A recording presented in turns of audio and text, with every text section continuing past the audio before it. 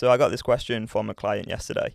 What does it mean to be truly willing to accept the discomfort versus being resistant? Now, that's a really good question.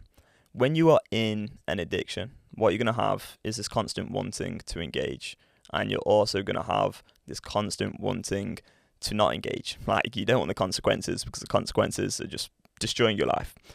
And I was gonna swear then, but I won't because I've just been told off by the podcast studio. I'm gonna stop talking. All right. Now I'm gonna carry on with this video. So, all right, what it means to be truly willing to accept the discomfort versus being resistant. So yeah, if you're truly willing to accept the discomfort, then you're putting yourself into a state of empowerment. You're going, you know what? Bring it on. I am okay feeling this discomfort because I don't want the consequences of engaging. If, on the other hand, you're being resistant to this discomfort, well, are you truly wanting to go beyond the addiction? Or is there a part of you that still wants to engage? And you know what? That's where we're going wrong, I think, is that, yeah, you are wanting to engage, okay? And for many, many years, what's likely to have happened is a part of your mind said, I can't engage. If I look at porn, I'm going to get out of control. And I'm going to look at some really bad stuff, and it's going to mess up my marriage maybe. It's going to maybe mess up my self-esteem, my energy, my confidence, and it's going to really ruin my life, so I can't engage. And that's what's going to go on in the mind. And so naturally what we've built up is this thought pattern, which is, I can't engage, and it's this thought pattern of resistance.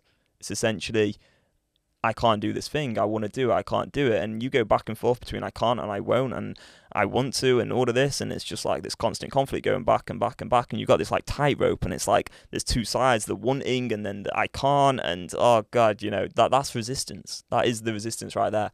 And so getting out of that thought pattern of resistance requires sort of going beyond that feeling that you can't do it.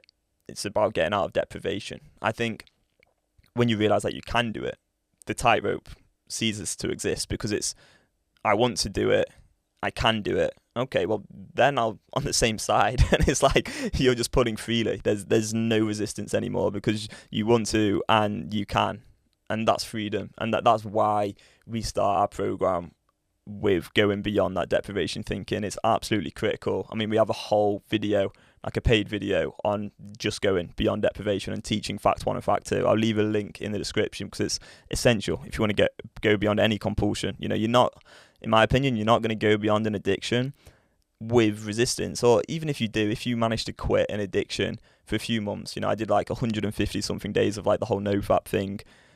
And that was before I learned this method, the Beyond Compulsion method from Mary Paulus. That was before learning about the Beyond Compulsion method and going beyond deprivation and everything. And so, yeah, you can quit it for like a number of days, but there's still going to be resistance. And that's not a good feeling. You're still going to be in that internal battle, constant conflict.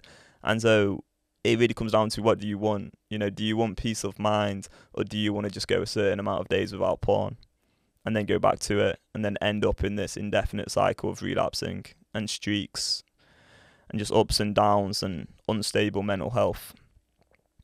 But all of this starts with realizing you can do it. So resistance versus willingly accepting. Well, let's look at it. Let's look at the willingly accepting part now. So yeah, we're wanting to, we can, and yeah, that's still going to be uncomfortable, because you want to and you can, and you're choosing not to. And that's a choice that you've got, and that's empowering. But there may still be some discomfort there of, okay, maybe there's some withdrawal, but at least now you're out of that resistance because you can do it. You can go ahead. So go do it. Go do it if you think it's worth the consequences. But when you think it through and you have your option A and you have your option B, you're going to know that it's not worth it, and that is going to feel really light.